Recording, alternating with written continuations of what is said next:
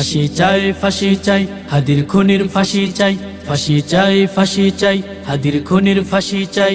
আমাদের এই দাবিটাকে মানতে হবে, না হয় কিন্তু গদি তোমার ছাড়তে হবে।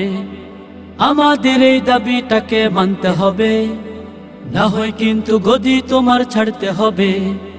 নতুন বাংলাদেশে কেন হাদির খুনের বিচার নাই? ইন্টেরিমে বসে বসে আঙুল চষে কি সবাই? নতুন বাংলাদেশে কেন হাদির খুনির বিচার নাই?